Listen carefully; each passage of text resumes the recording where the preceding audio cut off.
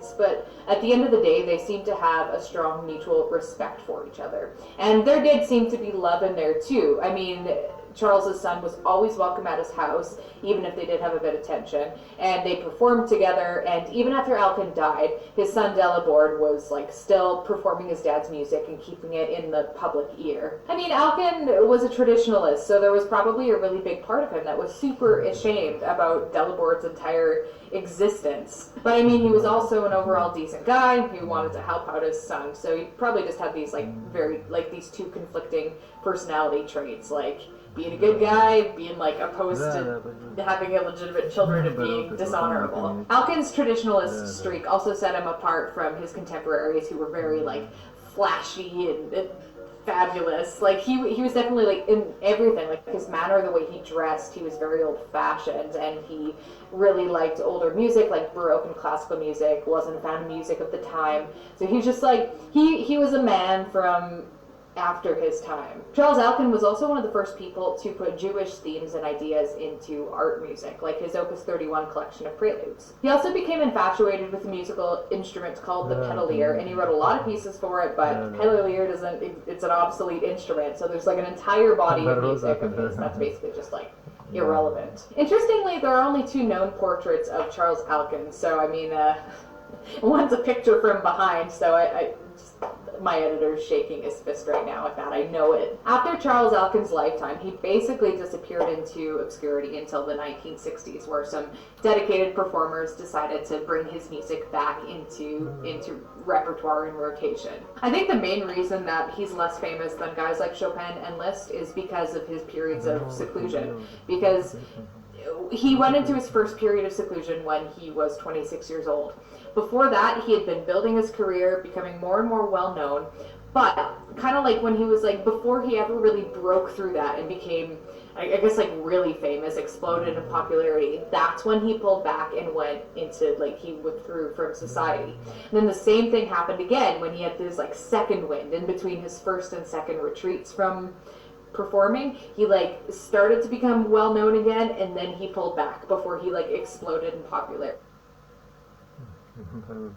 So I think that's probably the main reason he's not as well known as people like Chopin and Liszt today, because by all other accounts he was just as talented and just as skilled. I think part of it might also have something to do with the fact that he just like pretty much never left Paris, and a lot of other musicians would go on tours to other countries and kind of like spread their name that way, but he didn't. I mean, this is just me speculating though. Like, I'd love to know why you think Charles Alkin was, you know, he kind of disappeared from public knowledge, but that's what I would think would be like the main reasons. That is all for today's video on Charles Alkin. Hopefully you learned something. I know that I did.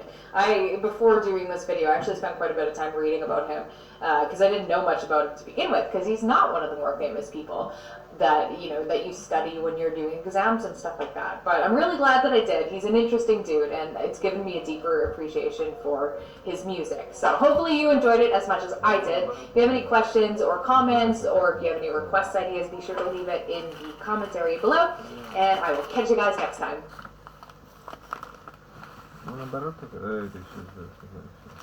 The first thing that happened was he had a son, and his son's name was Quiet Phone.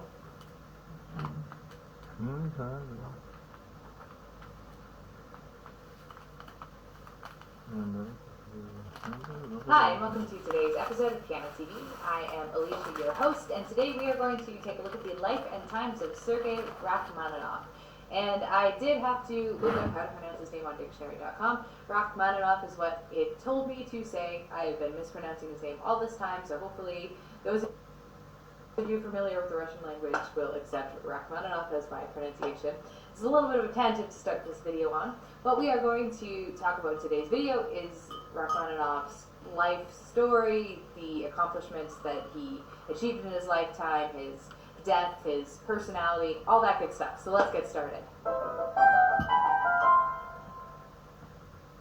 Let's start with the basics. Rachmaninoff was born in 1873 in Russia during the late Romantic period of music. He did write a lot of late Romantic style pieces, but he also wrote a lot of early 20th century modern style pieces as well. He was a virtuoso pianist and... Так.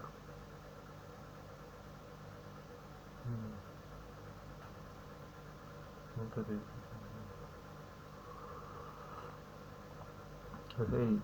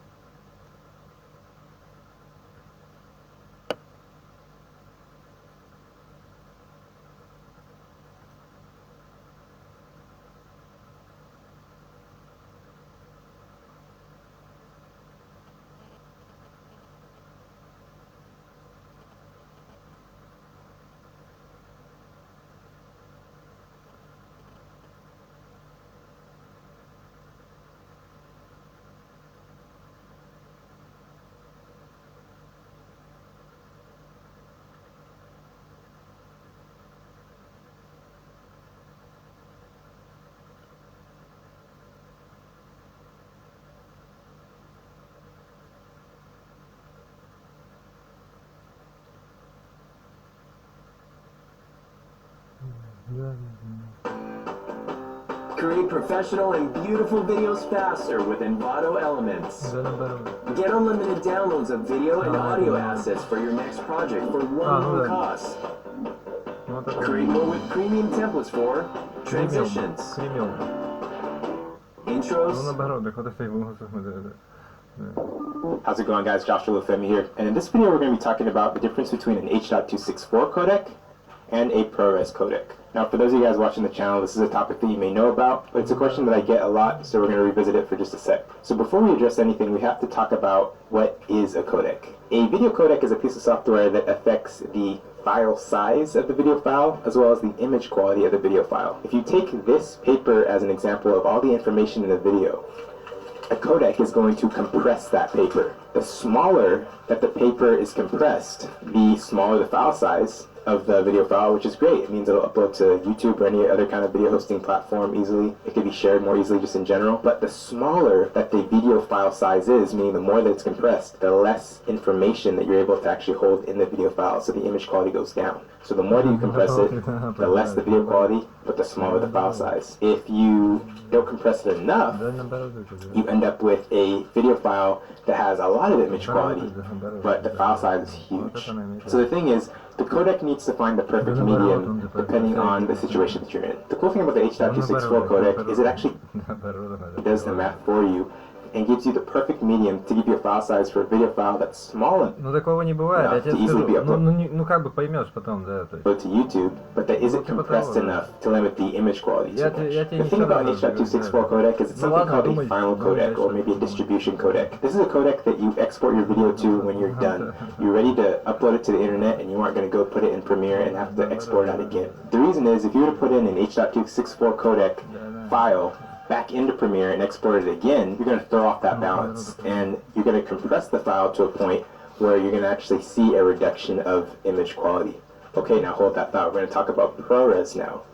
ProRes is something called an intermediate codec because it does the mathematics a little bit differently. This is a codec that you use when, say, you're trying to maybe export out a motion here and export it. You're ready, but is it compressed the perfect medium depending on enough? You end up with a video file that has a lot of image quality, but the file size is huge. So the thing is, the codec needs to find the perfect medium depending on the situation that you're in. The cool thing about the H.264 codec is it actually does the math for you and gives you the perfect medium to give you a file size for a video file that's small enough to easily be uploaded to YouTube, but that isn't compressed enough to limit the image quality too much. The thing about an H.264 codec is it's something called a final codec, or maybe a distribution codec. This is a codec that you export your video to when you're done. You're ready to upload it to the internet and you aren't going to go put it in Premiere and have to export it out again. The reason is, if you were to put in an H.264 codec file back into Premiere and export it again, you're going to throw off that balance, and you're going to compress the file